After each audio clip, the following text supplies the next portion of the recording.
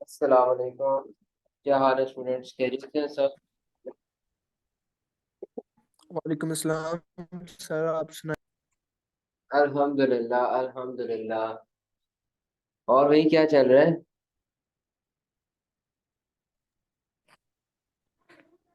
Study चल रही है सर। हाँ, सही है।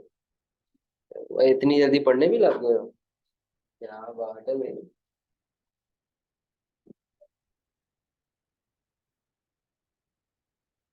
तो कैसा रिस्पॉन्स है? ये आसान लग रहा है, मुश्किल लग रहा है अभी? अभी तक तो सर काफी इंटरेस्टिंग लग रहा है और इजी भी लग रहा है। हम्म, सही सही। चलो, बस ऐसे ही आते रहो, साथ साथ चलते रहो। जैसे पहले 2-4 दिन गुजार रहे हो ना, वैसे ही सारे दिन गुजार लो ना, तो पढ़ाई बहुत आसान हो जाएगी। मैं अक्सर क्लास में एक बात करता हूँ, आप लोगों ने एक बात याद रखनी है स्टूडेंट्स के। आप ये सोचो कि जो जब आपके एग्जाम्स होते हैं ना, जैसे आप आखिरी महीना गुजारते हो ना एग्जाम से पहले, वैसे आपने ये 4 महीने गुजारे, तो आपके लिए पेपर्स बहुत आसान हो जाएंगे। जैसे एग्जाम का आखिरी महीना जैसे अब होता है ना, हर हर जगह पे प्रायोरिटी किसे दी जा रही होती है? पढ़ाई को। उसी तरह अगर आप शुरू से ही वैसे तैयारी करते रहोगे ना, तो फिर आपके लिए बड़ी आसानी होगी। चीजें जो है एंड पे कठिन ही हुआ करेंगी और चीजें समझ आ जाएंगी। तो ये पांचों पेपर्स एक साथ नहीं चाहिए या लाइक बोर्ड जिस तरह बोर्ड होते हैं वैसे दें, एक दिन का गैप लेके? गैप दे सकते हैं तो दे लें, इतना कोई इतना इशू नहीं होता है इंशाल्लाह। उसके ऊपर भी जब डेट्स आएंगी ना, तो फिर हमें उस तरह प्लान कर लेंगे कि एक दिन छोड़ के एक दिन भी दे सकते हैं। मगर मेरा ख्याल है इस पे आप लोगों ने बहुत ज्यादा परेशान नहीं होना, क्योंकि अक्सर औकात आपको ना डेट्स नहीं मिल रही होती है, अवेलेबिलिटी उस हिसाब से मिल रही होती है। तो कोई इतना मसला नहीं है। एक दिन छुट्टी, अगर एक दिन में एक पेपर है ना, तो मेरा नहीं ख्याल कि कोई मसला है। ठीक है, टीआरसी है, प्री रेक्विजिट कॉम्पिटेंस है। पढ़ना पड़ेगा टिका के, मगर इतना कोई इशू नहीं होगा। फिर सर कुछ इंस्टीट्यूट्स ये कर रहे हैं कि वो दो पेपर्स दिसंबर में दिलवा रहे हैं बच्चों से, और जो बाकी के हम्म तीन है वो फिर वो मार्च में। इस हम्म। तरह का स्केड्यूल है उनका। हम्म। इसलिए मैं पूछा नहीं कि पांचों एक साथ दें या इस तरह कर लें। यार, उसके ऊपर जो है थोड़ा सा एक दफा आपके ना, आपको गाइड कर देंगे। जो हमारी पैक की अभी तक जो मुझे पॉलिसी पता है ना, वो ये है कि हम लोग कहते हैं कि सब आप सारे पेपर्स इकट्ठे दें। कि अब अगर पॉलिसी चेंज होती है तो मेरा ख्याल है कि वो आपके कोऑर्डिनेटर्स आपको बेहतर गाइड करेंगे। सही है। सही है, कभी वैसे मैं कभार ये आपके होता है कि एक्सपीरियंस के जब अकॉर्डिंग आप कुछ दो पेपर्स। अच्छा, मुझे आपकी आवाज ऐसा कम आ रही बताएं। है। मुझे कम आ रही है कि सबको ही कम आ रही है? अपनी भी वॉल्यूम चेक। हाँ सबको, अच्छा थोड़ा सा ऊंचा बोलना बस, चलो। मैं मैं आपके एक्सपीरियंस के अकॉर्डिंग पूछ रहा हूँ कि कैसा होगा अगर बंदा पांचों पेपर एक साथ दे। कुछ भी नहीं होता, पास किए में सबने, मेजोरिटी बच्चों ने पास करते हैं। ये आज पहली दफा तो नहीं आप लोग दे रहे? Okay sir. ठीक है। हाँ, असल में होता है क्या, मैं आपको रीजन, जब आप दो पेपर्स दोगे ना, तो जिस मंथ में वो दो पेपर्स होंगे ना, उस मंथ में आप फिर बाकी सब्जेक्ट्स को उस तरह से नजरअंदाज कर दोगे बिल्कुल ही। तो हर एक की अपनी अपनी टेक्निक है इस चीज को करने की। तो हमारी तो टेक्निक अभी यही है कि इकट्ठे पेपर्स दिए जाएं। और 5 पेपर्स है, कोई ऐसा बात, इतना इशू नहीं है। आप बोर्ड में कितने पेपर्स इकट्ठे दे के आए हो? वो तो सर छः छः होते हैं इकट्ठे, वो तो इशू हाँ, नहीं होता, 6 पेपर्स पूरा आपने साल दिए पढ़ा हुए। ये। हाँ हाँ। इसका भी उसी तरह बंदा कर सकता है ना? हाँ, और वो किस तरह कर सकते हैं? जस्ट लाइक बोर्ड के बंदा एक दिन की छुट्टी होती है उसके अंदर, तो बंदा एक हाँ दिन में हाँ, पूरी कर कर सुकून सकता है से ये कर चीज़। सकते हैं। बहुत सुकून से कर सकते हैं, इतना इशू नहीं है। कोई इशू नहीं है। तो ये अभी आप लोगों ने ना, मैं आपको रेकमेंड करूंगा, अभी आप लोग नए नए आए हो, आप लोग बहुत सारी बातें डिफरेंट जगहों से सुनते होगे, सही है। अपने इंस्टीट्यूट पे ट्रस्ट रखो, अपने टीचर्स पे ट्रस्ट रखो, और अभी जो चीज़ें हम पढ़ रहे हैं ना, बस उसमें इंटरेस्ट लो। इंशाल्लाह चीज़ें आहिस्ता आहिस्ता आपको पता चलती रहेंगी। हाँ, मगर जैसे आपने आज सवाल कर लिया ना मेरे साथ, ये करते रहा करो। कभी कोई सवाल आए इससे रिलेटेड, कोई बात आप सुनो, तो वो आप ज़रूर पूछा करो। सर लेकिन बच्चे कहते हैं अकाउंटिंग का पेपर सबसे टफ होता है, वो बच्चों ने मुझसे पढ़ी नहीं हुई ना। दो रीजंस होती हैं, मजाक कर रहा था ये तो, मगर दो रीजंस होती हैं। पहली रीजन ये होती है कि बच्चे रेगुलर नहीं होते। नंबर वन ये रीजन है, रेगुलर नहीं होते। अकाउंटिंग का जो पेपर है ना, ये न्यूमेरिकल बेस्ड पेपर रहता है। बिल्कुल उसी तरह जैसे आपका मैथ्स का पेपर है, मैथ्स के अंदर एक्सरसाइज 1 होती है, एक्सरसाइज 2 होती है, एक्सरसाइज 3 होती है। अगर आप एक दिन छुट्टी कर लो ना, जहाँ पे सर ने नया टॉपिक स्टार्ट कराया था, और एक्सरसाइज 1 और 2 आपसे स्किप हो गई है मैथ्स की, तो एक्सरसाइज 3 हमसे होने नहीं वाली, क्योंकि एक्सरसाइज 1 का नॉलेज की बेस पे हमने एक्सरसाइज 2 करना सीखनी थी।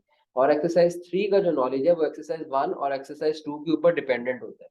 इसी तरह न्यूमेरिकल पेपर्स में बच्चों याद रखना है, लोग अकाउंटिंग भी आपका न्यूमेरिकल पेपर्स है, आप एक बेस पढ़ रहे हो, फाउंडेशन बना रहे हो।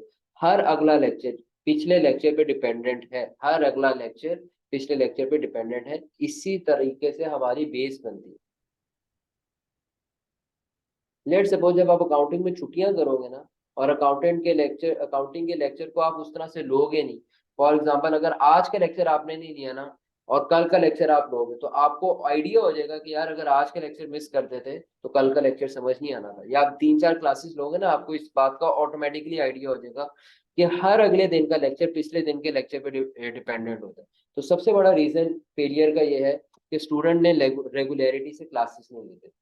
बाकी जो सब्जेक्ट्स होते हैं ना थ्योरेटिकल, वो कुछ हद तक कवर हो जाते हैं अगर उसमें आपकी एक दो छुट्टियां भी हो। मगर न्यूमेरिकल सब्जेक्ट ऐसा होगा कि अगर आप इसमें छुट्टियां करोगे और छुट्टी के बाद अगर आप हमारी क्लास में आओगे, तो आप बिल्कुल ब्लैंक बैठे रहोगे। आपके ऊपर से चीजें, सब कुछ सारा नॉलेज गुजर रहा होगा और आपको समझ ही नहीं आ रही होगी कि आपके साथ हुआ क्या। ये एक रीजन होता है फेलियर का। नंबर 2 रीजन ये होता है कि हमें जो है ना अकाउंटिंग का पेपर पास करने के लिए दो पेपर्स का सब नॉलेज चाहिए। नंबर 1 हमारी इंग्लिश, और नंबर 2 हमारा मैथ्स। इंग्लिश और मैथ्स हमारा बहुत अच्छा होना चाहिए।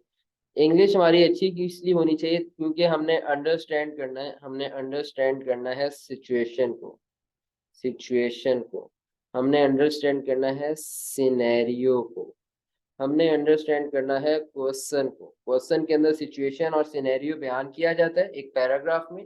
उस सिचुएशन और सिनेरियो, उस केस स्टडी को जब तक आप समझोगे नहीं सही तरह, आप उसका सॉल्यूशन कैसे प्रोवाइड करोगे अगर आप उसको अंडरस्टैंड सही से नहीं करोगे।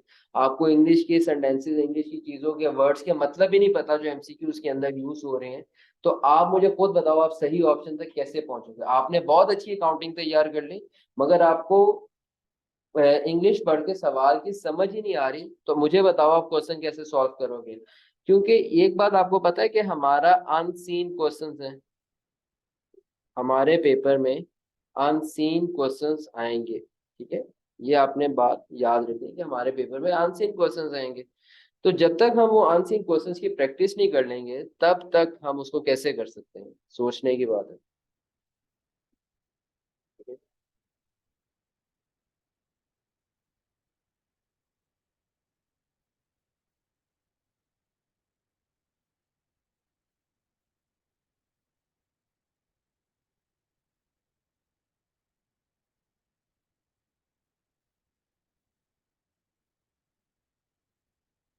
ठीक है, तो अनसीन क्वेश्चंस आते हैं हमारे सिलेबस में। अनसीन क्वेश्चंस का मतलब है वो क्वेश्चन नहीं आएगा जो हमने बुक में पढ़ा हुआ है, वो क्वेश्चन नहीं आएगा जो हमारे नोट्स में लिखा है, वो क्वेश्चन नहीं आएगा जो हमने क्लास में किया हुआ है।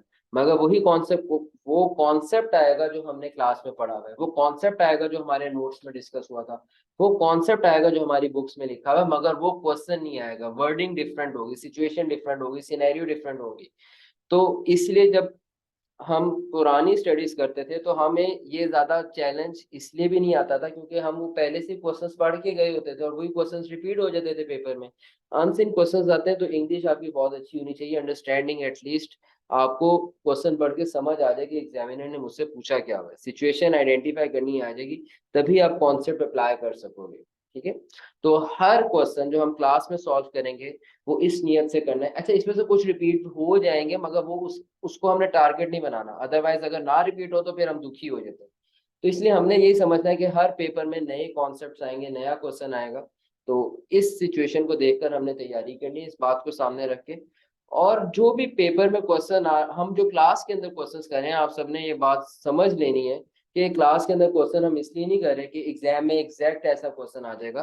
क्लास वाले क्वेश्चन हम सिर्फ इसलिए सॉल्व करते हैं ताकि हमारी कॉन्सेप्ट क्लैरिटी बेहतर हो जाए, ताकि हमारी कॉन्सेप्ट क्लैरिटी बेहतर हो जाए। तो अपनी कॉन्सेप्ट क्लैरिटी के लिए जो है हम क्लास में क्वेश्चंस करते हैं। नंबर 2, हम क्लास में क्वेश्चंस इसलिए सॉल्व कर रहे हैं ताकि हमारी स्पीड डेवलप हो जाए और हमारी एक्यूरेसी डेवलप हो जाए। क्लास में क्वेश्चंस करें या होमवर्क में क्वेश्चंस करें, नॉलेज हासिल करने के लिए, क्वेश्चंस में स्पीड हासिल हो जाए और एक्यूरेसी हासिल हो जाए, इस ये सोच के आपने क्वेश्चंस करने हैं। और हर क्वेश्चन में ये सोचना है कि इस क्वेश्चन ने मुझे कौन सा कॉन्सेप्ट सिखाया। तो concept over question, concept over question, ये बात आपने याद रखनी।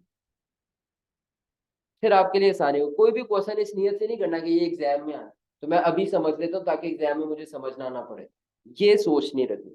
तो नंबर 1 आपको इंग्लिश का स्किल बहुत अच्छा चाहिए, ठीक है। और नंबर 2 आपको मैथ्स का स्किल बहुत अच्छा चाहिए, क्योंकि इसके अंदर कभी कभार कॉम्प्लेक्स कैलकुलेशंस इन्वॉल्व होती हैं। तो अगर आपका मैथ्स कमजोर होगा तो फिर आपको मसला आएगा। जिन बच्चों के अकाउंटिंग का पेपर फेल होता है, नंबर 1 उनका इशू है रेगुलरिटी का।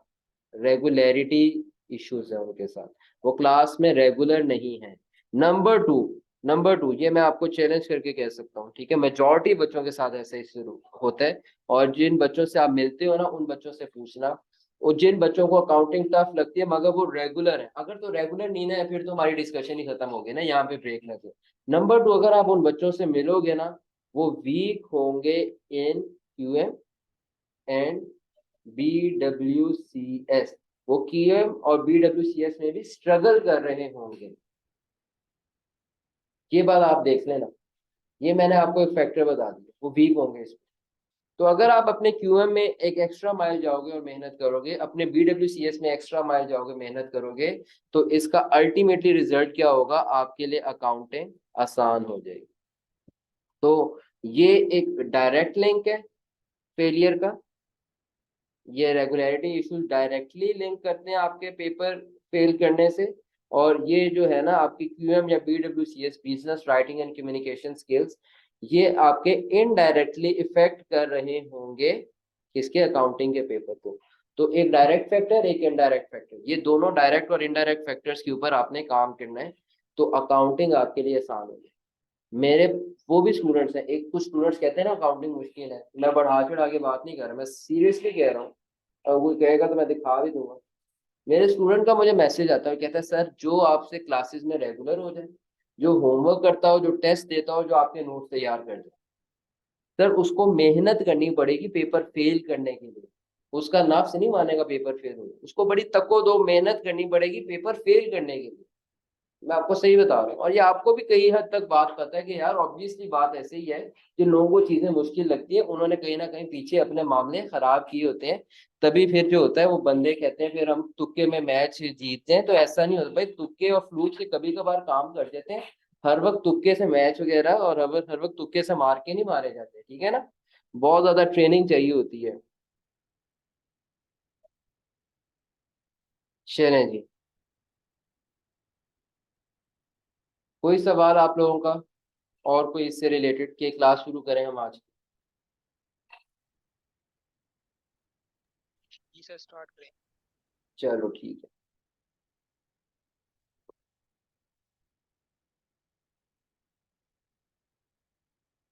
अच्छा, ये हमारे पास नोट्स हैं।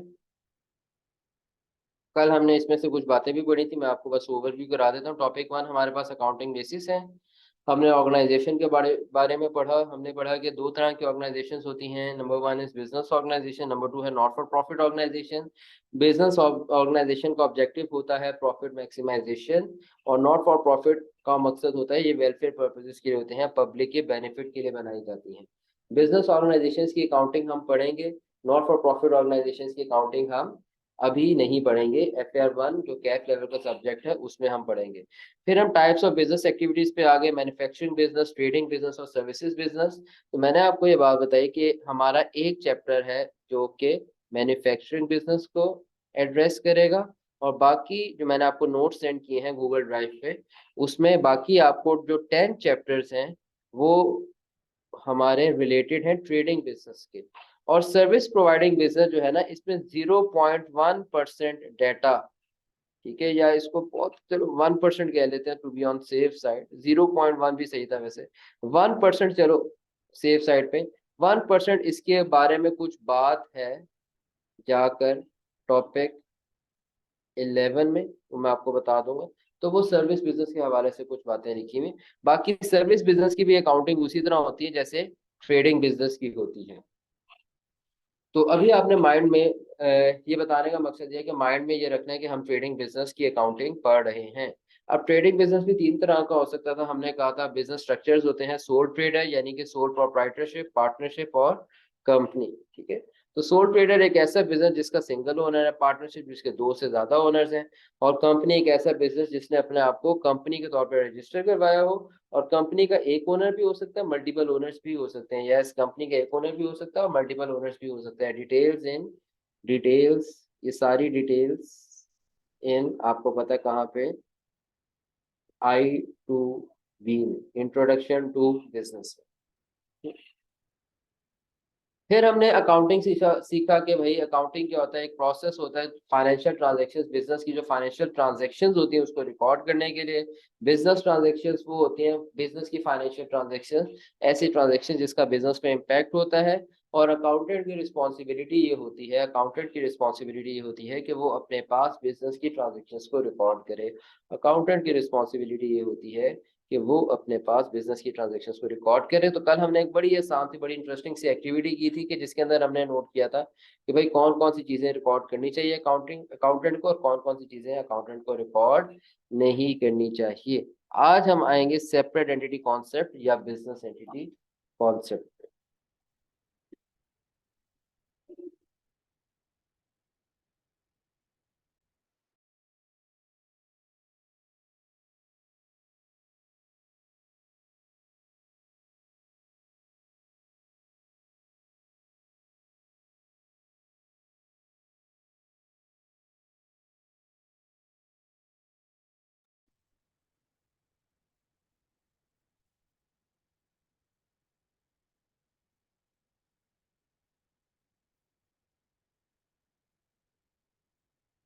अच्छा चलो,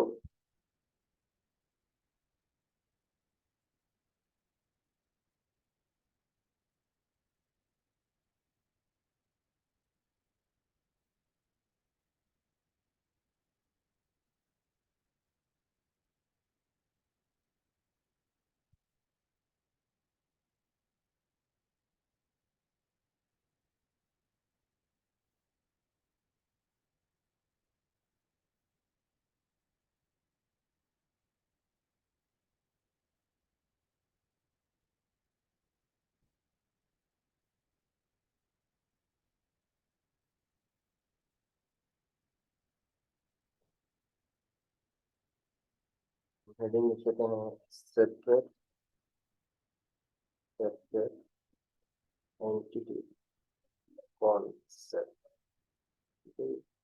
सेपरेट एंटिटी कॉन्सेप्ट भी इसको आप कह सकते हैं, इसको आप बिजनेस एंटिटी कॉन्सेप्ट भी कह सकते हैं। एक बात समझनी है आप लोगों ने, सेपरेट एंटिटी कॉन्सेप्ट का मतलब ये है कि आप लोगों ने ना अब एक चीज ज्यूम करके चलना है यहाँ पे कि एक हम लोग हैं, एक हम लोग हैं, कल मैंने बताया था ना हम लोग कौन होते हैं, हम लोग अकाउंटेंट हैं, हम लोग अकाउंटेंट हैं, ठीक है। ये ये हम हैं। एक है हमारे पास एक बंदा जो ओनर है जिसने हमें हायर किया है, ये ओनर है जिसने अकाउंटेंट को हायर किया, जिसने रखा है।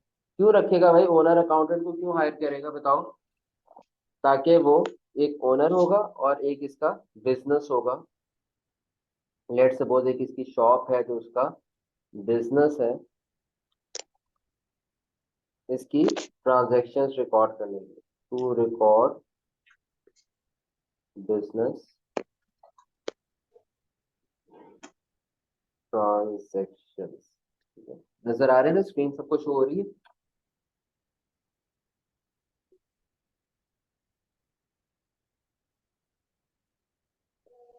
चलो, ये विजिबल है? अच्छा, ये मैंने इसको थोड़ा सा ये टेक्स्ट विजिबल है ना सबको? ठीक है।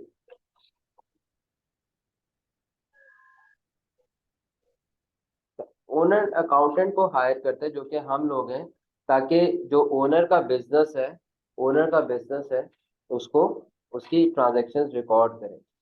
अच्छा, कितने लोग हैं अकाउंटेंट के सामने, कहते हैं ना कितने आदमी थे अकाउंटेंट के सामने ना। अच्छा, ये बड़ी ऑड सी बात है, ये आप लोगों को ना सीखनी है बात, सेपरेट एंटिटी कॉन्सेप्ट में ना सेपरेट एंटिटी सीखनी है। एंटिटी का मतलब क्या होता है? हैसियत।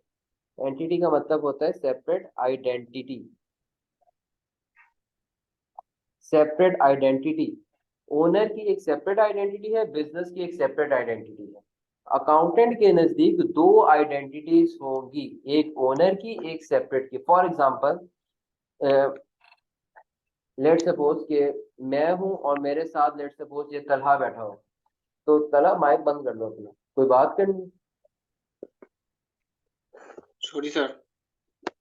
नहीं, कोई मसला नहीं है, ऐसा ऐसा तुम लोगों को हो जाएगी आदत। अच्छा, अब मैं बैठा हूँ लेट सपोज और तलहा बैठा हूँ, तो सेपरेट आइडेंटिटी कॉन्सेप्ट का मतलब पता है क्या है? सेपरेट आइडेंटिटी कॉन्सेप्ट का मतलब ये है कि मैं और तलहा अगर दो इकट्ठे बैठे हो, तो दो लोग बैठे हैं ना, दोनों की सेपरेट आइडेंटिटीज हैं। मेरी एक अपनी आइडेंटिटी है, अपनी शनाख्त है, तलहा की एक अपनी आइडेंटिटी है और अपनी शनाख्त है। जो अकाउंटेंट होता है ना, उसको, उसके सामने ओनर और बिजनेस एक ही चीज नहीं होती। ओनर और बिजनेस अलग अलग चीजें होती हैं।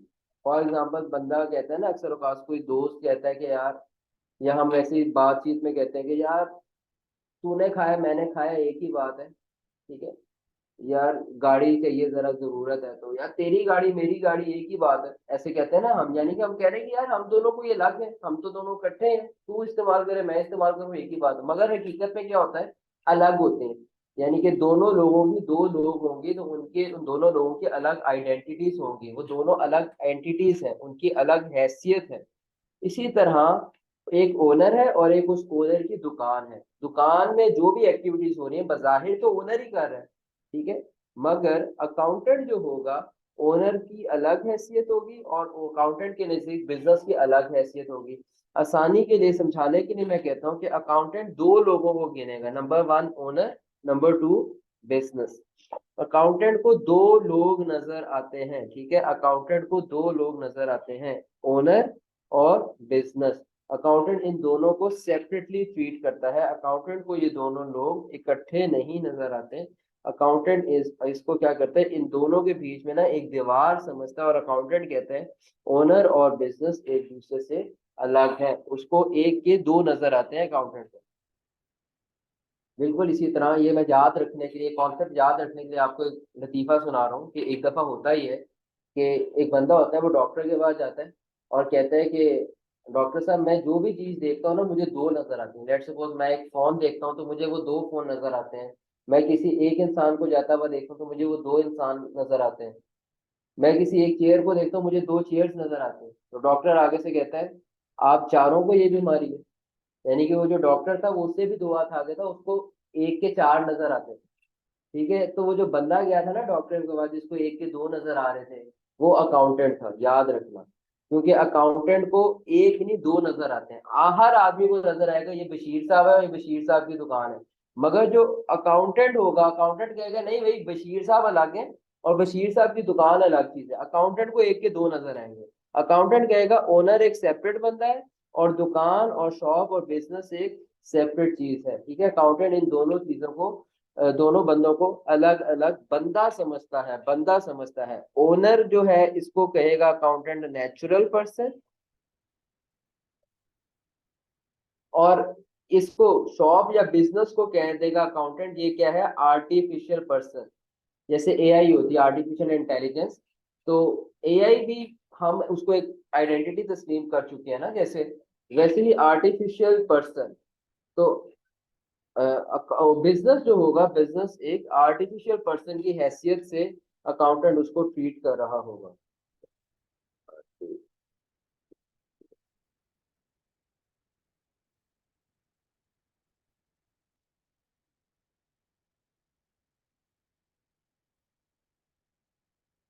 तो ओनर एक नेचुरल पर्सन बन गया और बिजनेस एक ओनर एक नेचुरल पर्सन बन गया और बिजनेस एक आर्टिफिशियल पर्सन बन गया। ठीक है। अच्छा, अगली बात अब क्या है, बिजनेस एक आर्टिफिशियल पर्सन है। अब बिजनेस को एक आर्टिफिशियल पर्सन है, या जिसको समझ लो बिजनेस क्या है, एक तरह का रोबोट है। बिजनेस एक तरह का क्या है, रोबोट है, जिसका रिमोट कंट्रोल, जिसका रिमोट जिसका रिमोट किसके हाथ में है, जिसका रिमोट ओनर के हाथ में भी हो सकता है, और जिसका रिमोट मैनेजर्स के हाथ में भी हो सकता है। बिजनेस में होता है ना, मैनेजर्स रखे होते हैं, ओनर कभी कभार खुद तो नहीं काम करता। कभी कभार जो बड़े बिजनेसेस होते हैं वो क्या रख लेते हैं, मैनेजर्स रख लेते हैं, जो उस बिजनेस के डिसीजंस ले लेते हैं, जो उस बिजनेस के लिए सेल्स कर रहे होते हैं, जो उस बिजनेस की परचेज कर रहे होते हैं, जो उस बिजनेस का उस दुकान का बिल पे कर रहे होंगे। तो ठीक है, तो आपने ऐसे याद रखना है। अकाउंटेंट ओनर को एक नेचुरल पर्सन के तौर पे देखता है, बिजनेस को एक आर्टिफिशियल पर्सन के तौर पे देखते हैं, या एक तरह का बिजनेस क्या होता है, रोबोट होता है, जिसका रिमोट किसके हाथ में होता है, ओनर्स के हाथ में या मैनेजर्स के हाथ में। यहाँ तक सारी बातें क्लियर है और अंडरस्टैंडिंग भी आ रही है हमें कि कैसे है। अच्छा, ये बिल्कुल मैं आप कह लो, असल में आप कहेंगे सर ऐसा तो नहीं होता, असल में हमारे चाचू की दुकान है, अलग तो नहीं है चाचू की दुकान, चाचू की दुकान तो नहीं बातें करती, चाचू ही बातें करते हैं आके कि हमने ये कर लिया, वो कर लिया, ऐसे कर लिया, वैसे कर लिया। तो भाई ये वाकई ऐसे नहीं है असल में, ये तो बिल्कुल मैं आपको एक फिक्शनल स्टोरी क्रिएट कर रहा हूँ ताकि आपको अकाउंटिंग की समझ आ जाए, आपको अकाउंटेंट का माइंडसेट समझाने के लिए मैं आपको ऐसी स्टोरी क्रिएट करवा रहा हूँ। सही है। अच्छा, ये स्टोरी क्यों क्रिएट करवा रहा हूँ, उसकी वजह ये है कि अब अगर हम इन दोनों चीजों को अलग मानेंगे ना, तो हम इन दोनों लोगों की ट्रांजैक्शंस को भी अलग मानेंगे। ये सारी बात है। फॉर एग्जाम्पल मेरी बात समझना, हम बात कर लेते हैं अरहम की। अरहम, तुम हमारे साथ मौजूद हो ना? तो माइक ऑन करके लॉग इन करके चले तो नहीं गए? वालेकुम सर। जी जी। सर मैं गर्ल हूँ, लड़की हूँ। तो आपने अरहम नाम रखा हुआ है? सर मैंने तो नहीं अपना नाम रखा।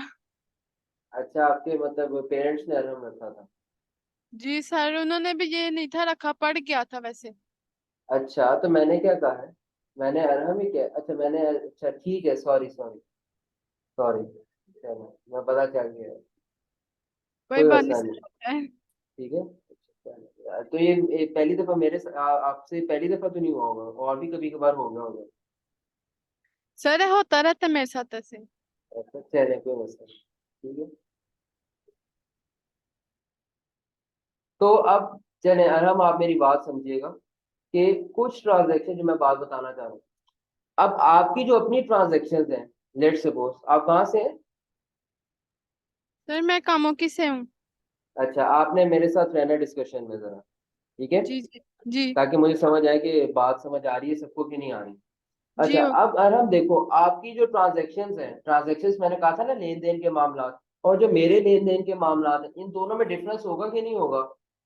सही है ना? अलग जी जी होंगे ना? होगा। एक जी एक अरहम की ट्रांजैक्शंस है, मैं ऐसे लिख देता हूँ। ठीक है जी। हम दोनों, एक अरहम आपकी और एक मेरी दानियाल, हम दोनों एक सेपरेट आइडेंटिटी है ना, हम दोनों की सेपरेट आइडेंटिटी है। आपका आईडी कार्ड भी अलग होगा, मेरा आईडी कार्ड भी अलग होगा, बन गया ना आईडी कार्ड? सर अभी नहीं बना। अच्छा चलो ठीक है, बेफॉर्म तो बना हुआ है ना? जी जी। हाँ चलो, मतलब समझ गए ना कि मतलब हम दोनों की एक अलग आइडेंटिटी है। इसी तरह जो मेरी ट्रांजैक्शन है, लेट सपोज मैंने गाड़ी में फ्यूल डलवाना है, मैंने अपने खाने के लिए सामान लेना है, मैंने जो है अपनी शॉपिंग करनी है, अपने कपड़े लेने हैं। ठीक है, सर्दियां आ रही हैं तो हो सकता है मैं जैकेट खरीद रहा हूँ, आप पर्स खरीद रही हूँ। तो आपकी ट्रांजैक्शन और मेरी ट्रांजैक्शन में फर्क होगा कि नहीं होगा? आ रही है ना? एक मेरी ट्रांजैक्शन है, दानियाल ट्रांजैक्शन, और एक अरहम, एक आपकी ट्रांजैक्शन है। ये दोनों ट्रांजैक्शन अलग होंगी,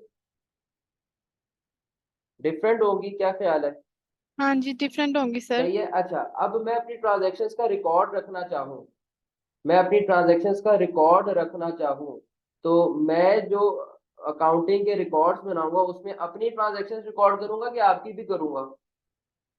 सर आप अपनी करेंगे सिर्फ। मैं अपनी करूंगा ना, आप अपनी खुद जाने, आपका काम जाने, ऐसे ही है। मैं अपनी जी ट्रांजैक्शन रिकॉर्ड करूंगा। अब आ जाओ इधर, ये सारी बात आपने इधर मैप कर देनी है। ओनर और बिजनेस भी, जैसे अरहम आप और दानियल मैं, हम दोनों अलग है ना, एक दूसरे से, हमारी एक सेपरेट आइडेंटिटी है। इसी तरह एक ओनर, वो जो बिजनेस का मालिक है, और जो बिजनेस है जिसके हम अकाउंटेंट है, जिसको ओनर ने ही हायर किया होगा हमें उस दुकान का हिसाब किताब रखने के लिए, ये दोनों अकाउंटेंट की नजर में दोनों अलग होंगी।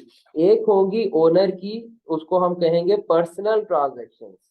एक होंगी ओनर की पर्सनल ट्रांजैक्शंस, और एक हो जाएगी बिजनेस की ट्रांजैक्शंस, और एक हो जाएंगी बिजनेस ट्रांजैक्शंस। क्योंकि ये दोनों अलग है ना, तो हम इनकी ट्रांजैक्शंस को भी क्या करेंगे, अलग ट्रीट करेंगे। हम इनकी ट्रांजैक्शंस को भी कंबाइन नहीं करेंगे। ठीक है, यहाँ तक बात क्लियर है आपको? हाँ जी अरे सर। ठीक है ना, ठीक है जी बात। जी। अच्छा चलो, अब आगे कौन है मेरे साथ? फहद तुम आ जाओ।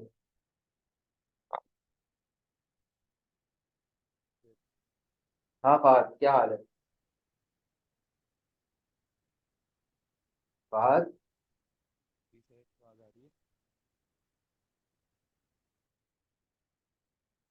फहद नहीं है, किसी और को आने देते हैं। और कौन आएगा? कोई खुद ही वॉलंटियर करके माइक ऑन करना चाहते हैं तो कर ले। चल हाँ, मेरी आप आ आवाज आ जाओ। रही है आपको? हाँ हाँ चलो, फहद आ गए। चलो फहद, हाँ फहद, फहद तुम्हें बात समझ आ रही है सारी? जी सर, आ रही। फहद तुम कहाँ से हो? मैं लाहौर से। यार सही है, सही सही। हाँ। तो तुम कैंपस नहीं आए यार, तुमने ऑनलाइन क्लास रखी है? हाँ सर, ऑनलाइन कर रही है, कुछ इश्यूज थे उस वजह से। हाँ, चलो सही है, सही सही। बात में ये बात समझ आ रही है ना मेरी? तो जी सर, बात आ रही बात सर। ही है, देखो अब मेरे साथ रहना चाहिए। ओनर की कुछ पर्सनल ट्रांजेक्शन है, ठीक है, और एक जो बिजनेस, एक बिजनेस की ट्रांजेक्शन होगी। अकाउंटेंट इन दोनों ट्रांजेक्शन को अलग ट्रीट करेगा। और अकाउंटेंट जो होगा, सिर्फ और सिर्फ जो रिकॉर्ड रखेगा वो किस ट्रांजेक्शन का रखेगा, ये बात मैंने आपको बतानी है। अकाउंटेंट रिकॉर्ड रखेगा बिजनेस ट्रांजेक्शन का। अकाउंटेंट रिकॉर्ड रखेगा किसका? Business transaction. अकाउंटेंट को हमने हायर किया है क्या चीजें रिकॉर्ड करने के लिए? बिजनेस ट्रांजैक्शंस को। और ओनर की जो पर्सनल ट्रांजैक्शंस हैं वो अकाउंटेंट रिकॉर्ड नहीं करेगा। ओनर की पर्सनल ट्रांजैक्शंस को अकाउंटेंट रिकॉर्ड नहीं करेगा। अब ओनर की पर्सनल ट्रांजैक्शंस कैसी हो सकती है, मैं आपको एग्जांपल दे देता हूँ। ओनर ने लेट सपोज अपने रेजिडेंस का बिल, रेजिडेंस की यूटिलिटी बिल्स पे किए, बिल्स पेड, ठीक है। ओनर ने अपने, जहां पे वो रहता था, अपने होम का, अपने घर का रेंट पे किया। ओनर ने अपने लिए ग्रोसरी आइटम्स परचेज की। ओनर ने अपने घर के लिए फर्नीचर खरीदा फॉर होम, ठीक है। अब ये सारी ओनर की पर्सनल ट्रांजैक्शंस हैं, इनको अकाउंटेंट रिकॉर्ड नहीं करेगा। अकाउंटेंट किस किस तरह की ट्रांजैक्शंस करेगा? इस शॉप है ना आपके पास, शॉप, इस शॉप में सेल कितने की, इस शॉप में परचेज कितने का किया माल। अब यहाँ पे फर्नीचर खरीदा ओनर ने अपने घर के लिए, तो इसको अकाउंटेंट रिकॉर्ड नहीं करेगा। मगर अगर शॉप के लिए फर्नीचर खरीदा होगा, अकाउंटेंट इसको, शॉप फर्नीचर खरीदेगी, अकाउंटेंट इसको रिकॉर्ड करेगा। इस शॉप के इलेक्ट्रिसिटी बिल्स कितने आए, यानी कि बिजनेस, इस शॉप के अंदर हमने दो बंदे रखे थे कारोबार के लिए, वर्कर्स रखे हुए थे, उनको हमने सैलरीज पे कर दी। तो अकाउंटेंट इस तरह की इंफॉर्मेशन, इस तरह की ट्रांजैक्शंस को तो रिकॉर्ड करेगा। अकाउंटेंट ओनर की पर्सनल ट्रांजैक्शंस रिकॉर्ड नहीं करेगा। ठीक है फहद, समझ आ रही बातें? फहद इसकी लॉजिक बताओ, अकाउंटेंट ऐसा क्यों करेगा? सर, अकाउंटेंट ऐसे इसलिए करेगा क्योंकि जो ऑनर की पर्सनल ट्रांजैक्शन है उनका बिजनेस से कोई ताल्लुक नहीं है। अगर बिल्कुल वो सही। बिजनेस से पैसे निकाल कर उनको पे करेगा तो फिर ऑनर उनको रिकॉर्ड करेगा। हाँ हाँ, सही है, अदरवाइज सही है। अदरवाइज अकाउंटेंट को रिकॉर्ड नहीं करेगा, जो बिजनेस की ट्रांजैक्शन है सिर्फ उन्हीं को रिकॉर्ड करेगा। हम्म, सही है, सही है। ऐसा क्यों कर रहा है, क्या लॉजिक है अकाउंटेंट की? अकाउंटेंट इसे क्या क्या हासिल क्या करना चाहता है? Sir, accountant at the end of the day जब बिजनेस की जब वो स्टेटमेंट्स बनाएगा उसमें ऑनर का हम्म, रिकॉर्ड शामिल नहीं होना चाहिए, उसमें सिर्फ बिजनेस का ही रिकॉर्ड आना चाहिए। और बिजनेस, यस, हमें पता लगना चाहिए कि बिजनेस हमारा कहाँ पे स्टैंड कर रहा है। बिल्कुल सही कह रहे हो। क्योंकि अगर वो देखो, अगर वो अकाउंटेंट जो है सारी अपनी ओनर की भी पर्सनल ट्रांजैक्शंस रिकॉर्ड करने लग जाएगा, तो पता ही नहीं चलेगा कि बिजनेस ने कितना प्रॉफिट अर्न किया, बिजनेस ने कितना नुकसान कमाया।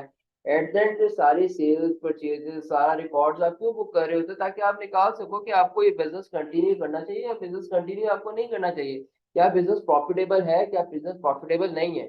अगर आप बिजनेस के एक्सपेंसेस के साथ साथ ओनर के पर्सनल एक्सपेंसेस भी एड अप करते जाओगे तो एट द एंड तो आपको पता ही नहीं चलेगा ना कि बिजनेस ने कितना अर्न किया है। तो इसलिए अकाउंटेंट ओनर की पर्सनल ट्रांजेक्शन्स को रिकॉर्ड नहीं करेगा, अकाउंटेंट सिर्फ और सिर्फ बिजनेस की ट्रांजेक्शन्स को रिकॉर्ड करेगा। क्लियर है सबको यहाँ तक? चलो पास जा सकते हो। जाने का मतलब ये नहीं कि क्लास स्किप करके चले जाओ, मतलब बस ठीक है, समझ आ नहीं गई नहीं सर, क्लास में ही हूँ। ठीक ठीक है। चलिए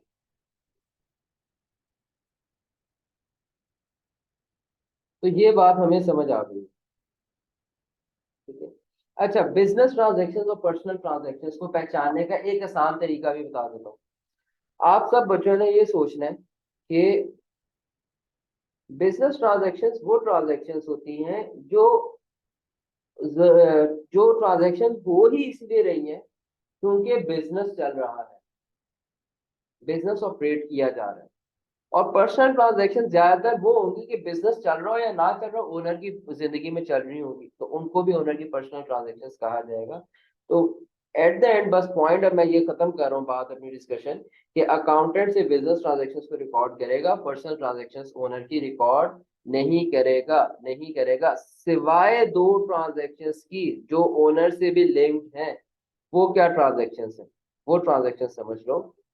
अकाउंटेंट ओनर्स, कोई भी ओनर के पास ओनर कोई भी ट्रांजैक्शन करेगा, ओनर कोई भी ट्रांजैक्शन करेगा, अकाउंटेंट उसको रिकॉर्ड रिकॉर्ड नहीं करेगा। ये ओनर कोई भी ट्रांजैक्शन करेगा, अकाउंटेंट उसको रिकॉर्ड नहीं करेगा, ऐसे ही है, सिवाय दो ट्रांजैक्शंस के, except two, except two transaction. सिर्फ दो ट्रांजैक्शंस ऐसी होंगी ओनर से रिलेटेड जो अकाउंटेंट रिकॉर्ड कर लेगा, इसके अलावा ओनर की कोई ट्रांजैक्शन अकाउंटेंट रिकॉर्ड नहीं करेगा। पहली ट्रांजैक्शन वो जिसके अंदर ओनर क्या करेगा, number one, owner invest cash और valuable item, owner invest cash और valuable item in the business. Owner अगर कोई कैश या वैल्यूएबल आइटम बिजनेस को दे दे, ये बिजनेस की ओनर की शॉप है, और इस शॉप के अंदर इन्वेस्ट कर दे कोई भी, क्या मैंने कहा, कैश या वैल्यूएबल आइटम, तो अकाउंटेंट इसको रिकॉर्ड कर लेगा। अकाउंटेंट इस तरह की ट्रांजैक्शन जो ओनर के साथ लिंक्ड है इसको रिकॉर्ड कर लेगा। क्यों रिकॉर्ड करेगा? अब ये बड़ी इंटरेस्टिंग बात है। इसलिए नहीं रिकॉर्ड कर रहा कि इसका लिंक ओनर के साथ, इसलिए नहीं रिकॉर्ड कर रहा कि इसका लिंक ओनर के साथ है, बल्कि इसलिए रिकॉर्ड कर रहा है कि क्योंकि ये शॉप के लिए भी ट्रांजैक्शन है, ये शॉप के लिए भी ट्रांजैक्शन है। सही है। अच्छा, ये कहाँ गया मेरे पास, उमर कहाँ गया यार?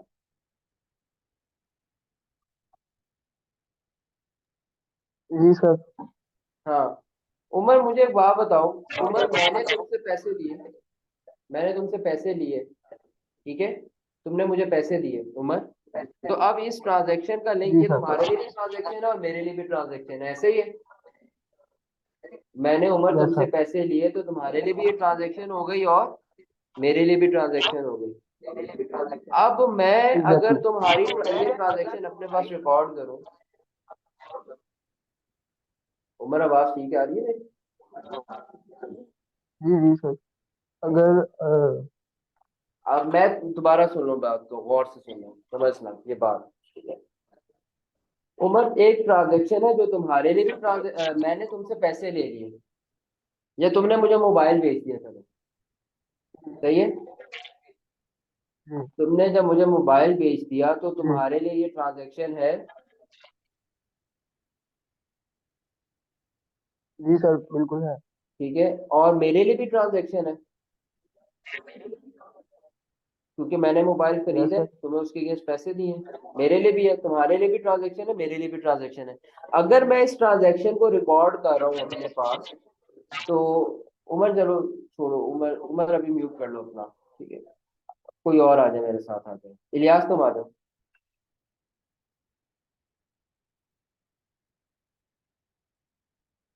जी सर। हाँ, तो अब अभी उमर की बात हो रही है, तो इलियास अगर लेट सपोज मैंने उमर को मोबाइल बेचा और उमर ने मुझसे मोबाइल खरीद लिया और उमर ने मुझे पैसे दिए, तो अब ये ट्रांजेक्शन उमर के लिए भी और मेरे लिए भी है। और जी अगर मैं इस ट्रांजेक्शन को अपने पास रिकॉर्ड करता हूँ कि यार इस महीने मेरे कितने खर्चे हुए हैं, तो क्या मैं उमर की ट्रांजेक्शन रिकॉर्ड कर रहा हूँ? एक बात बताना। नहीं सर, ये आप नहीं, अपनी मैं तो अपनी ट्रांजेक्शन। रिकॉर्ड कर रहा हूँ। हाँ, आप कोई कहे कि यार उमर की ट्रांजेक्शन, इसी तरह आपने बात समझनी है कि अगर ओनर कोई इन्वेस्ट करता है कैश या valuable item in the business, तो अकाउंटेंट इस ट्रांजेक्शन को रिकॉर्ड करेगा। इसलिए नहीं कि ये ओनर की ट्रांजेक्शन है, इस पर्सपेक्टिव से कि अब इस ट्रांजेक्शन के अंदर वो बिजनेस भी डायरेक्टली इन्वॉल्व हो गया, बिजनेस एक चीज को रिसीव कर रहा है। इसलिए अगर अकाउंटेंट ओनर कोई भी चीज इन्वेस्ट करेगा, कोई कैश या वैल्यूएबल आइटम, तो अकाउंटेंट इसको रिकॉर्ड कर लेगा अपने पास। क्योंकि अब ये ओनर की ट्रांजेक्शन तो ठीक ठीक है, अपनी हमारी बात बिल्कुल ठीक है, मगर अब ये बिजनेस की भी ट्रांजेक्शन बन गई है, अब ये बिजनेस की भी ट्रांजेक्शन बन गई है। इसलिए अकाउंटेंट इसको अपने पास रिकॉर्ड करेगा, इसलिए अकाउंटेंट इसको अपने पास रिकॉर्ड करेगा, क्योंकि अब ये बिजनेस के एम्बेड में भी आ गए, बिजनेस की ट्रांजेक्शन भी बन गई। सही है। जी सर इसलिए बिल्कुल। नहीं रिकॉर्ड की थी कि ओनर की ट्रांजेक्शन थी, क्योंकि ओनर की ट्रांजेक्शन तो अकाउंटेंट रिकॉर्ड ही नहीं करता। इसलिए क्योंकि ओनर ने बिजनेस में इन्वेस्ट किया, ओनर की भी ट्रांजेक्शन और बिजनेस की भी ट्रांजेक्शन है। अकाउंटेंट इसको अगर रिकॉर्ड कर रहा है तो बिजनेस के पर्सपेक्टिव से रिकॉर्ड कर रहा है और इसको बिजनेस की ट्रांजेक्शन रिकॉर्ड कर रहा है। इसमें एक और बात है, इंशाल्लाह मैं आगे जाके आपको बताऊंगा। और इसी तरह इस अकाउंटेंट अगर बिजनेस में इन्वेस्ट करता है, तो इन्वेस्ट क्यों किए जाते हैं पैसे? ताकि कल को बिजनेस के पास जब प्रॉफिट जनरेट हो, तो बिजनेस से कैश या कोई वैल्यूएबल आइटम बाहर भी निकाली जा सके। शॉप को कोई चीज दी है, कल को प्रॉफिट होगा तो इस शॉप से वापस कैश भी आउट, इस बिजनेस से वापस कैश या कोई वैल्यूएबल आइटम भी क्या की जा सके, आउट की जा सके। तो अगर ओनर कैश या वैल्यूएबल आइटम इन्वेस्ट करता है बिजनेस में, और ओनर इन्वेस्टमेंट इसलिए करता है कि ताकि वो विड्रॉ कर सके, और इफ ओनर विदड्रॉस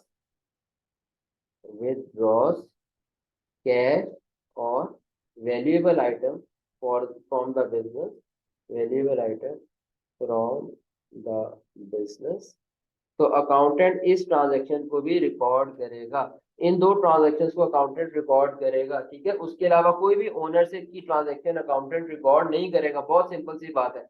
सिवाय दो ट्रांजैक्शंस के, जिसके अंदर ओनर बिजनेस में कोई चीज इन्वेस्ट कर रहा है या ओनर बिजनेस से कोई चीज विदड्रॉ कर रहा है। और इसको भी रिकॉर्ड करने की वजह ये नहीं है कि ये ओनर की ट्रांजैक्शन है, इसको रिकॉर्ड करने की वजह यह है कि अब इस ट्रांजैक्शन का इम्पैक्ट बिजनेस पर भी आ रहा है। अब इन दोनों ट्रांजैक्शंस का इम्पैक्ट, ओनर बिजनेस में कोई चीज इन्वेस्ट कर रहा है या बाहर निकाल रहा है, इन दोनों ट्रांजैक्शंस का बिजनेस पर भी इम्पैक्ट आ रहा है। तो अकाउंटेंट इसलिए रिकॉर्ड कर रहा है क्योंकि इन दो ट्रांजैक्शंस का बिजनेस पर इम्पैक्ट है। यहां तक बातें क्लियर है सबको?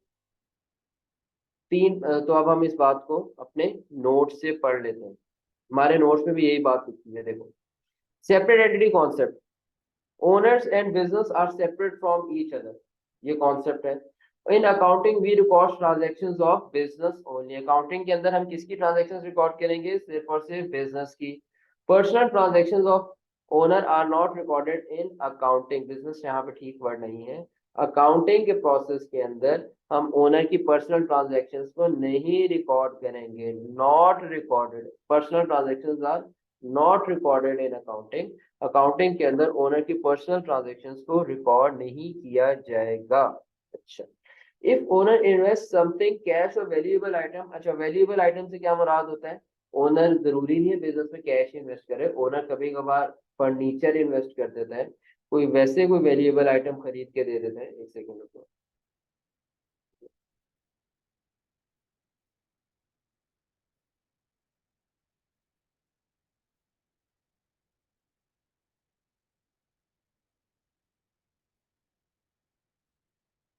ओनर बिजनेस में कभी कभार फर्नीचर इन्वेस्ट कर देता है, कोई इक्विपमेंट बिजनेस में लाके इन्वेस्ट कर देता है, कोई व्हीकल इन्वेस्ट कर देता है। तो इन सारी आइटम्स को क्या कहेंगे? वैल्यूएबल आइटम, ठीक है। तो if owner invest something cash और valuable item, then this transaction shall be recorded. अगर ओनर कैश या वैल्यूएबल आइटम इन्वेस्ट करेगा, तो इस ट्रांजैक्शन को भी रिकॉर्ड किया जाएगा।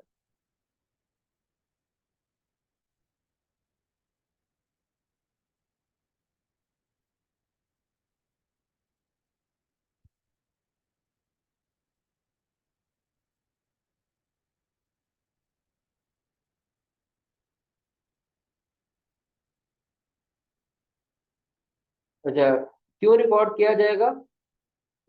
Because it has an impact on business, ठीक है, because it has an impact on business, इसका बिजनेस पर इम्पैक्ट आता है। इफ ओनर विदड्रॉ समथिंग, अगर ओनर कोई ना कोई चीज विदड्रॉ कर लेता है, कोई चीज बिजनेस से बाहर निकाल लेता है, वही भी कैश और valuable item, then this transaction shall also be recorded because it has an impact on business. तो इस ट्रांजैक्शन को रिकॉर्ड किया जाएगा क्योंकि क्योंकि इस ट्रांजैक्शन का भी बिजनेस पर इम्पैक्ट होगा। यहाँ तक किसी बच्चे का कोई सवाल अनम्यूट करके मुझसे पूछ सकते? सबको ये कॉन्सेप्ट क्लियर हो गया?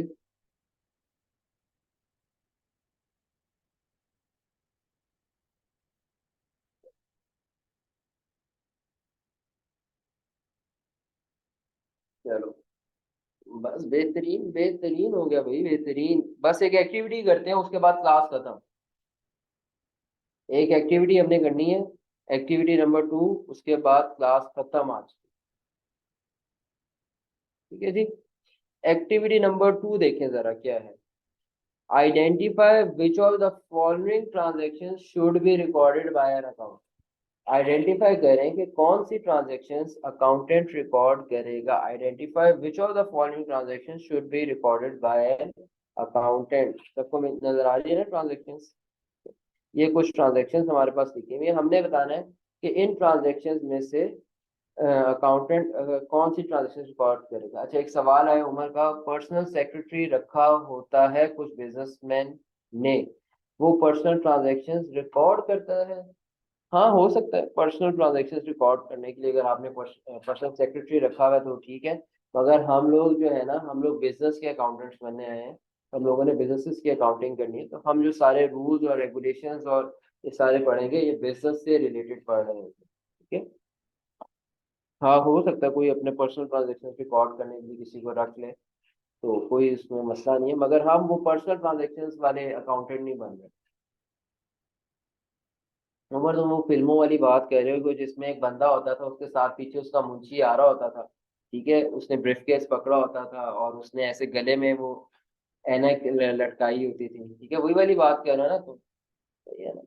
तो हाँ, वो वाला अकाउंटेंट तो उसकी सारी पर्सनल ट्रांजेक्शन ये वो साथ साथ रख रहा होता है, और होता भी है अक्सर औकात। मगर ये वाला अकाउंटेंट भी जो होता है ना, ये जो साथ साथ ऐसे फेर होता है, ये भी बिजनेस का रिकॉर्ड रख रहा होता है, आमतौर पर ज्यादातर ऐसे ही होता है।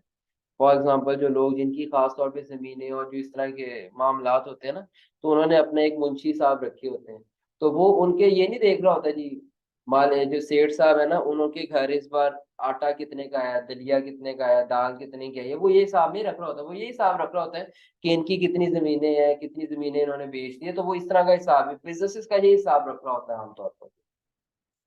अच्छा, चलो, identify which of the following transaction should be recorded by an accountant. हमने आइडेंटिफाई करना है कि कौन सी ट्रांजेक्शन्स हैं जो अकाउंटेंट रिकॉर्ड करेगा, जो ट्रांजेक्शन्स कौन सी हैं जो अकाउंटेंट रिकॉर्ड करेगा। नंबर 1, अब ध्यान से आपने बताना है, owner purchased a new furniture for ₹80,000 for his residence. Owner ने अपना नया फर्नीचर खरीदा 80,000 रुपए का अपने रेजिडेंस के लिए, अकाउंटेंट रिकॉर्ड करेगा?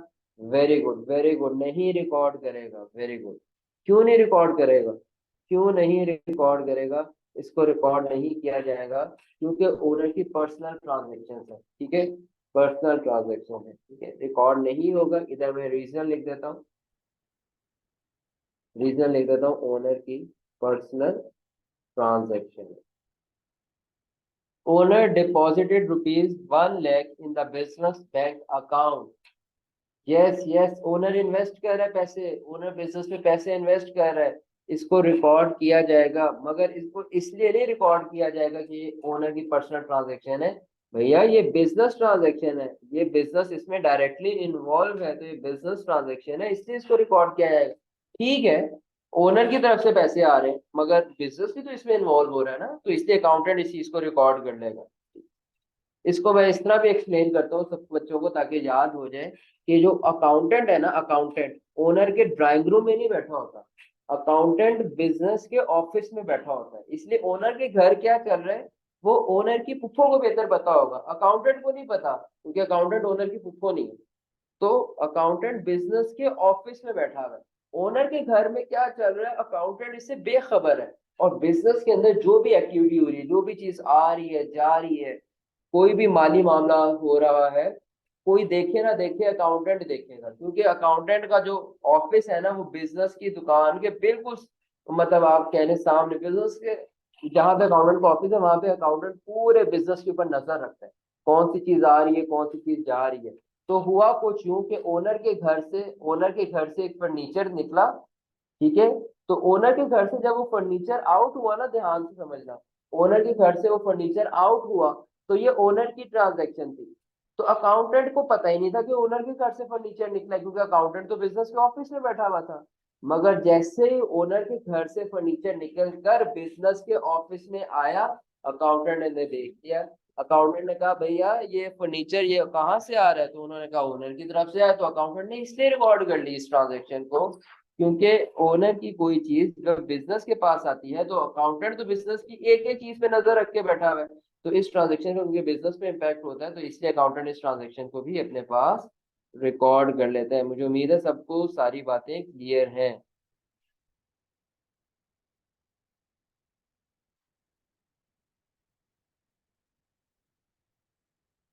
ठीक है, अच्छा चले आगे चलते हैं। Proprietor invested ₹30,000 cash in the business. Proprietor ने 30,000 कैश बिजनेस में इन्वेस्ट किया। प्रोप्राइटर भी हमने कल डिस्कशन की है या नहीं, मैं बता देता हूँ। प्रोप्राइटर भी ओनर को ही कहते हैं। तो बिजनेस में कैश इन्वेस्ट किया, यस, क्योंकि ये बिजनेस ट्रांजैक्शन है। Proprietor brought his personal car worth ₹1.5 million in the business, yes. अब जब ओनर के घर से गाड़ी निकली अकाउंटेंट को नहीं पता था। हाँ, जब बिजनेस के अंदर गाड़ी आई तो अकाउंटेंट ने देख ली, यस, और अकाउंटेंट इसको रिकॉर्ड करेगा क्योंकि यह बिजनेस ट्रांजैक्शन है, बिजनेस में इम्पैक्ट पड़। Owner paid electricity bill of ₹20,000 for his residence. Accountant के घर में मामला चल रहा है, अकाउंटेंट को क्या पता कि ओनर ने कितना बिल पे किया, ये पर्सनल ट्रांजैक्शन है, इसलिए इसको रिकॉर्ड नहीं किया जाएगा। Owner withdrew ₹20,000 from the business bank account, yes, record होगा। अकाउंटेंट ने कहा भाई पैसे कहाँ गए हमारे, अकाउंटेंट ने कहा पैसे कहाँ गए, तो मैनेजर ने बताया, कैशियर ने बताया वो ओनर लेके चले गए, ओनर साहब लेके चले गए। तो हमने फिर उसको रिकॉर्ड कर लिया, यस, क्योंकि ये अब बिजनेस ट्रांजैक्शन है। ठीक है, ओनर की पर्सनल ट्रांजैक्शन भी है, मगर क्योंकि ये बिजनेस ट्रांजैक्शन भी है तो इससे अकाउंटेंट रिकॉर्ड करेगा। अहमद का सवाल है, sir if owner buy a car from the business money, तो वही बात है, ओनर ने एक बिजनेस से एक वैल्यूएबल आइटम ले ली। अहमद, इसका यही मतलब है ना, ओनर ने बिजनेस से कैश ले लिया और उससे गाड़ी ले ली। तो असल में तो बिजनेस के पैसों से, हाँ, इसको रिकॉर्ड करेगा अकाउंटेंट, क्योंकि बिजनेस से कैश लेके अकाउंटेंट ने गाड़ी ली है ना, तो बिजनेस का कैश विड्रॉ किया ओनर ने। ठीक है। Owner took some equipment of ₹30,000 from the business for his personal use. Owner ने कुछ इक्विपमेंट 30,000 का बिजनेस के लिए, पर्सनल यूज के लिए, यस, इसको भी रिकॉर्ड किया जाएगा, बिजनेस ट्रांजैक्शन है। और लास्ट वाली कौन बताएगा, लास्ट वाली कौन बताएगा, नहीं, very good very good very good. Last वाली, ओनर के दोस्त ने उसको वॉच गिफ्ट किया। खुद बताओ, अकाउंटेंट को क्या पता कि भाई ओनर की जिंदगी में क्या चल रहा है, उसको तो ये ख्वाब आई थी, तो अकाउंटेंट इसको रिकॉर्ड नहीं करेगा, अकाउंटेंट इसको रिकॉर्ड नहीं करेगा, क्योंकि ये ओनर की क्या थी, पर्सनल ट्रांजैक्शन है। ठीक है जी, क्लास का टाइम खत्म, क्लास हमारी एंड हो गई है। अब किसी का कोई सवाल है तो पूछ ले, जो जाना चाहता है जा सकता है, किसी ने मुझसे वैसे डिस्कशन करनी है तो कर ले। क्लास हमारी यहाँ पे खत्म हो जाती है, कल हम इंशाल्लाह यहीं से आगे कंटिन्यू करेंगे। सर एक चीज पूछूं छोटी सी, हाँ हाँ, दो पूछो। सिलेबस से रिलेटेड नहीं है हम्म। अच्छा, कल सर वो। जुम्मा है तो हम अपनी क्लास जो है ना 2:30 तक स्टार्ट करेंगे, सही है, ताकि सुकून से सारे जुम्मा वगैरह पढ़ के आ जाए। ठीक है, तो 2:30 to 3:30 हम अपनी क्लास का टाइम कर लेते हैं। अच्छा, उमर इफ्तिखार ने पूछा सर अच्छा, ये किसने मुझसे पूछा था सर, एक सवाल पूछो। सर मैंने पूछा। अच्छा फाद, एक मिनट रुको बस, मैं इनका रिप्लाई कर दूं फिर मैं आपकी बात सुनता हूँ। उमर पूछ रहा है कि सर बिजनेस से जितना भी प्रॉफिट आता है, उमर मेरा ख्याल है ये पूछना चाह रहा है कि सर बिजनेस से जितना भी प्रॉफिट आता है अकाउंटेंट सारा ले लेता है, ये सारा रिकॉर्ड करेंगे, कुछ इस तरह के पूछ रहा है मेरा ख्याल है बात। तो उमर, असल में बिजनेस से प्रॉफिट आता है ना, वो प्रॉफिट किसी कैश या वैल्यूएबल आइटम की शक्ल में होता है ना। प्रॉफिट इटसेल्फ तो कुछ नहीं होता, उसकी कोई शेप होती है, कोई कैश या वैल्यूएबल आइटम। तो उस प्रॉफिट में से जितना भी कैश, लेट्स सपोज आपने 10,000 प्रॉफिट अर्न किया, मगर ओनर कहता है कि यार नहीं, बिजनेस के हालात अच्छे नहीं, मैं सिर्फ 2000 विड्रॉ कर लेता हूँ, तो अकाउंटेंट उस 2000 को रिकॉर्ड करेगा। जितना भी विड्रॉवल होगा अकाउंटेंट ओनर बिजनेस की तरफ से करेगा पैसे, वो क्या होगा, उसको हम क्या करेंगे, उसको हम रिकॉर्ड कर लेंगे। ठीक है, बिजनेस क्योंकि एक अलग एंटिटी है तो बिजनेस की अपनी सेल्स है, बिजनेस का अपना प्रॉफिट। हाँ, ओनर के पास ये इख्तियार है कि ओनर जो है चीजें ले सकता है। सही है। और कल मैं आपको जब क्लास स्टार्ट करूंगा ना, तो मैं इसकी इस सेंस को ना इंशाल्लाह फादर और सन वाली उससे भी समझाऊंगा, बल्कि अभी बस जल्दी से बता देता हूँ। ठीक है, ये फादर और सन फिलोसफी देखो। ठीक है, फादर एंड वर्सेस सन, क्या ये दोनों अलग, क्या ये दोनों की अलग हैसियत है, फादर और सन की? एक बाप और एक बेटे की अलग हैसियत होती है ना। ठीक है, अगर लेट से बोल एक बाप ने अपने बेटे को क्या दी है, बाइक दी है, तो इसका मतलब है हम कहेंगे कि बाप के पास से बाइक कम हो गई और बेटे के पास से बाइक आ गई है। सही है। अच्छा, अब बाप जब मर्जी चाहे बच्चे के ग्रेड अच्छे ना आए तो बाइक वापस ले सकता है ना। बाप जब चाहे, बच्चे के ग्रेड अच्छे नहीं आते, कहता है "अभी वापस करो बाइक, मैंने जो तुम्हें दी थी वापस कर दो"। यस। अब होगा क्या, अब समझो यहाँ पर बिल्कुल फादर को रखो ओनर और सन को रखो बिजनेस, क्योंकि हमने कहा ना बिजनेस की भी एक सेपरेट आइडेंटिटी है। ओनर ने लेट सपोज बिजनेस में अपनी बाइक इन्वेस्ट कर दी, तो अकाउंटेंट रिकॉर्ड करेगा बिजनेस के पर्सपेक्टिव से कि बिजनेस के पास बाइक ज्यादा हो गई। अब ओनर के पास जब भी दिल जाएगा ओनर बिजनेस से वो बाइक ले सकते हैं। तो जब ओनर बिजनेस से वो बाइक लेट सपोज वापस ले जाता है तो बिजनेस के पास से वो बाइक कम हो गई है, ओनर के पास दोबारा आ गई। तो अकाउंटेंट अब रिकॉर्ड करेगा, पहले रिकॉर्ड करेगा इंक्रीज इन बाइक, बाइक का इंक्रीज इन बाइक मतलब रिकॉर्ड करेगा बाइक अपने पास, हमारे पास रिकॉर्ड क्या करेगा, अकाउंटेंट रिकॉर्ड करेगा कि बिजनेस के पास प्लस हुई है एक बाइक। और जब बाइक वापस चली जाएगी तो अकाउंटेंट रिकॉर्ड करेगा कि बिजनेस के पास से माइनस हो गई है एक बाइक। ठीक है। हाँ, अकाउंटेंट के पास पहले माइनस हो रही थी बाइक, पिछले बार इस टाइम पर अकाउंटेंट से के पास ओनर के पास से बाइक माइनस हो रही थी, मगर अकाउंटेंट ने इस माइनस वाले इम्पैक्ट को रिकॉर्ड नहीं किया, अकाउंटेंट ने इस प्लस वाले इम्पैक्ट को रिकॉर्ड कर लिया। ठीक है, बाद में जब ओनर के पास बाइक प्लस हो रही है मगर अकाउंटेंट इस प्लस वाले इम्पैक्ट को रिकॉर्ड नहीं करेगा, अकाउंटेंट क्योंकि बिजनेस का अकाउंटेंट है तो बिजनेस के पास से चीज कम हो रही है तो अकाउंटेंट माइनस बाइक रिकॉर्ड करेगा, यानी कि बाइक का डिक्रीज रिकॉर्ड करेगा कि बिजनेस के पास से बाइक कम हो गई है। तो फादर वर्सेस सन रिलेशन, जैसे बाप का जब दिल जाए बेटे से कोई ना कोई भी चीज ले सकता है, इसी तरह ओनर ने जब कैश बिजनेस में इन्वेस्ट कर दिया तो